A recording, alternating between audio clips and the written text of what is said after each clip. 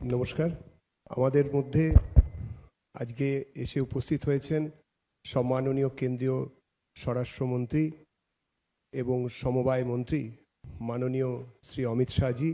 আপনারা জানেন যে বিধানসভা ভোট 2026-এর প্রথম পর্ব শেষ হয়ে গেছে। সেই প্রসঙ্গে আজকে সাংবাদিক সম্মেলনে উপস্থিত হয়েছেন মাননীয় অমিত শাহজি।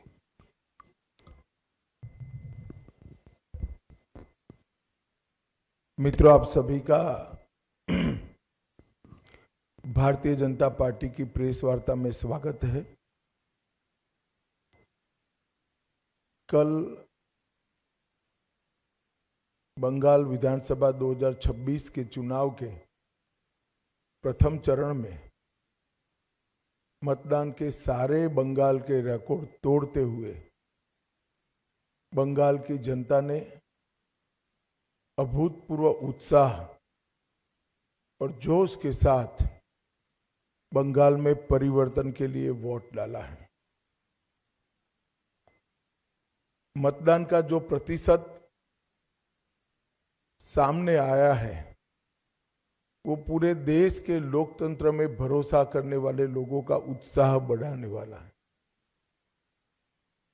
मैं सबसे पहले तो प्रथम चरण में वोट डालने वाले सभी बंगाल के मतदाताओं का बहुत बहुत अभिनंदन करना चाहता हूं और धन्यवाद भी करना चाहता हूं कि आप भय से भरोसे की ओर की एक यात्रा को बहुत अच्छे तरीके से शुरू किए हैं और दूसरे चरण के मतदाता भी भय से भरोसे की यात्रा को आगे बढ़ाएंगे। मैं चुनाव आयोग, सभी सीएपीएफ, चुनाव आयोग के सहयोग में लगा हुआ पूरा तंत्र और बंगाल पुलिस को भी हृदयपूर्वक बहुत बहुत अभिनंदन देना चाहता हूं, क्योंकि बंगाल के बहुत लंबे अरसे के बाद एक भी मृत्यु नहीं हुई है। इस प्रकार का ये चुनाव हुआ है जो अपने आप में एक अजूबा है। तो मैं चुनाव आयोग और चुनाव आयोग के तत्वाधान में सभी सुरक्षाकर्मी और सभी तंत्र को हृदयपूर्वक अभिनंदन देना चाहता हूं। हमारे पास जो फीडबैक है उसमें बंगाल की जनता ने अपना भविष्य पहले चरण में ही तय कर लिया। कवि गुरु टैगोर, महान सुभाष चंद्र बोस और खुदीराम बोस की ये भूमि ने विकास को चुना है और नरेंद्र मोदी जी के नेतृत्व में भारत के विकास की जो यात्रा चल रही है उसमें बंगाल के प्रथम चरण के मतदाताओं ने स्पष्ट कर दिया है कि बंगाल भी उसमें जुड़ने जा रहा है। 16 जिलों की 52 सीटों पर 92.98% मत ये निश्चित रूप से बताता है कि दीदी जाने वाली है और भाजपा आने वाली है। भय जाने वाला है और भरोसा आने वाला है। हमने कल देर रात तक हमारे सभी विधानसभा के कार्यकर्ताओं के साथ भारतीय जनता पार्टी बंगाल की टीम ने एक असेसमेंट करा है, जो पोलिंग हुई है ऐसा इसका, और मैं स्पष्ट रूप से आपको बताना चाहता हूं 152 सीटों में से 110 से ज्यादा सीटें भारतीय जनता पार्टी जीतने जा रही है। इसका मतलब है कि दूसरे चुनाव चरण को मिलाकर हम प्रचंड बहुमत के साथ बंगाल में शुद्ध रूप से भारतीय जनता पार्टी की सरकार बनाने वाले हैं। मित्रों, मैं थोड़े आंकड़े भी देना चाहता हूं।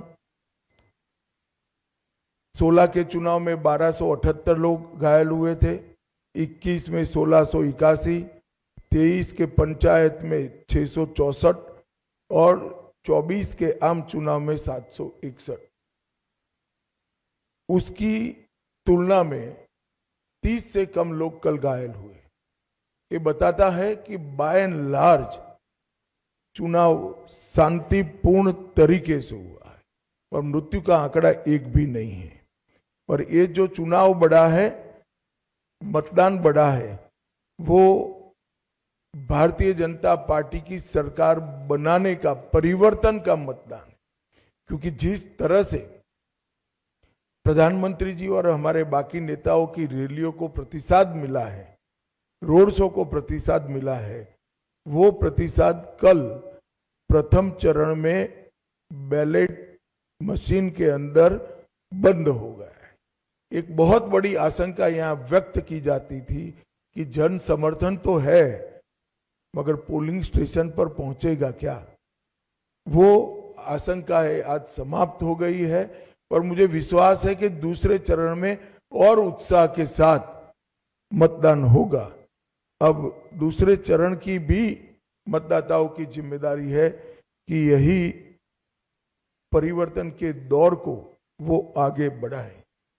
बहुत लंबे समय के बाद, जब कोई विपक्षी पार्टियां नहीं थी, हमारे देश की आजादी के बाद का वो दौर बात कर दीजिए, तो 5 तारीख के बाद अंग, बंग और कलिंग तीनों जगह भारतीय जनता पार्टी का शासन होगा, कमल का शासन होगा।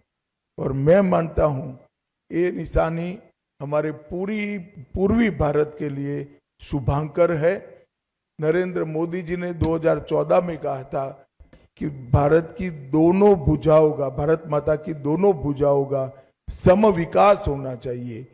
पश्चिम के क्षेत्रों में विकास काफी अच्छा हुआ है, कोई न कोई कारण पूर्व के क्षेत्र पिछड़े हुए हैं। पूरा नॉर्थ ईस्ट, बंगाल, बिहार, उड़ीसा, ये पूरा भारतीय जनता पार्टी का शासन आने के बाद ये जो शुरुआत मोदी जी ने करी है पूर्व के विकास की, पूर्वोदय की, इसकी भी गति तीव्रता के साथ बढ़ेगी। मित्रों, एक बंगाल की मुख्यमंत्री जी अफवाह फैला रही हैं कि बंगाल में अगर भाजपा का शासन आया तो बाहरी लोग शासन करेंगे।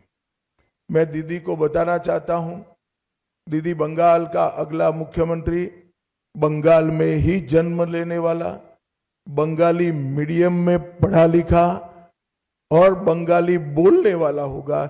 इतना ही है कि आपका भतीजा नहीं होगा, वो भारतीय जनता पार्टी का कार्यकर्ता होगा। अगली सरकार बंगाल के ही भारतीय जनता पार्टी के कार्यकर्ता ने बनानी है। भाइयों बहनों, भारतीय जनता पार्टी की सरकार बंगाल में बनने के बहुत बड़े मायने, हमारी सबसे पहली प्रायोरिटी होगी कि बंगाल की महिलाओं को हम सुरक्षा प्रदान करें, उनको भय से मुक्त करें।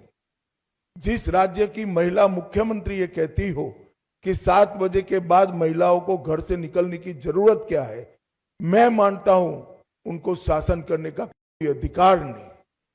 मैं आज बंगाल की माताओं बहनों को आश्वस्त करना चाहता हूं कि 5 तारीख को भारतीय जनता पार्टी की सरकार बनने के बाद रात को 1 बजे भी छोटी सी बच्ची, किशोरी स्कूटी लेकर निकलेगी, कोई गुंडा उसके सामने आंख उठाकर नहीं देख पाएगा।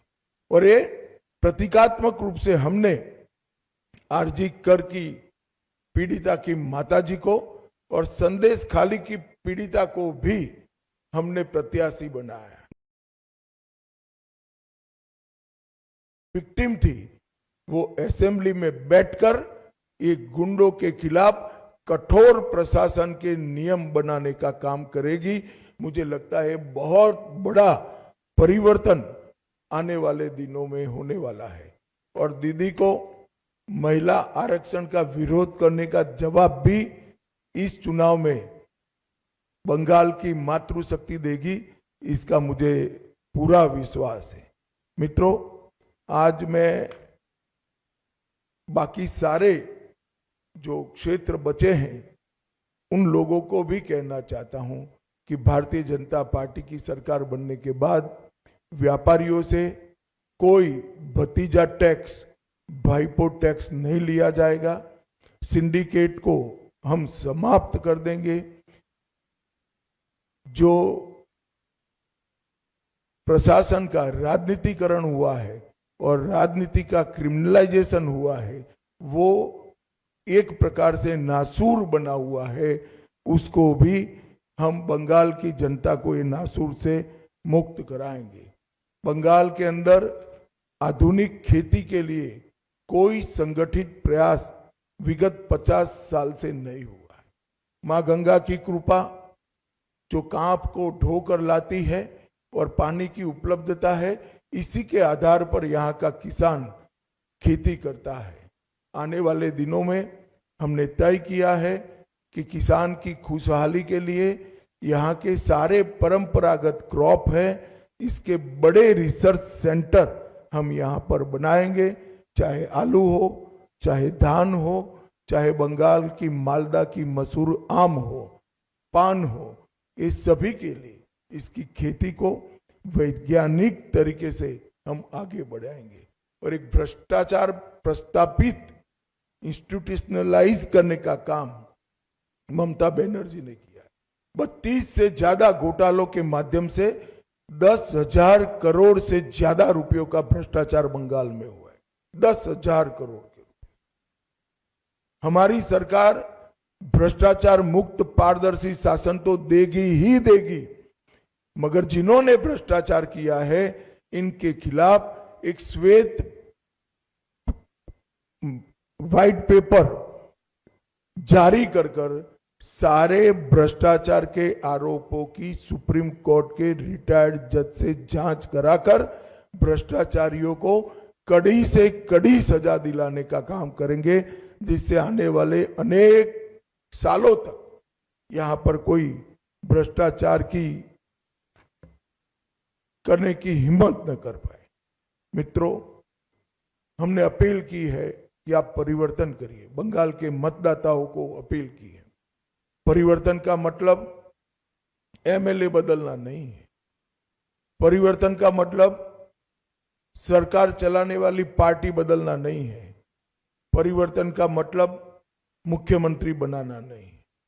परिवर्तन का मतलब है घुसपैठ मुक्त बंगाल बनाना, घुसपैठ न हो ऐसी सीमाएं बनाना, भ्रष्टाचार से मुक्त प्रशासन देना, तुष्टीकरण की राजनीति से बंगाल को पूर्णतया मुक्त कर देना, रंगदारी और सिंडिकेट राज समाप्त करना, विकास की तेज रफ्तार, उद्योगों के लिए लाल जाजम बिछाकर उनका स्वागत और इसके माध्यम से युवाओं के लिए रोजगारी को आगे बढ़ाना, आधुनिक इंफ्रास्ट्रक्चर और इन्वेस्टमेंट दोनों के लिए short term long term policy बनाना और संसाधन जुटाकर इसको जमीन पर उतारना, कानून का राज प्रस्तापित करना, कैडर के राज से बंगाल की जनता को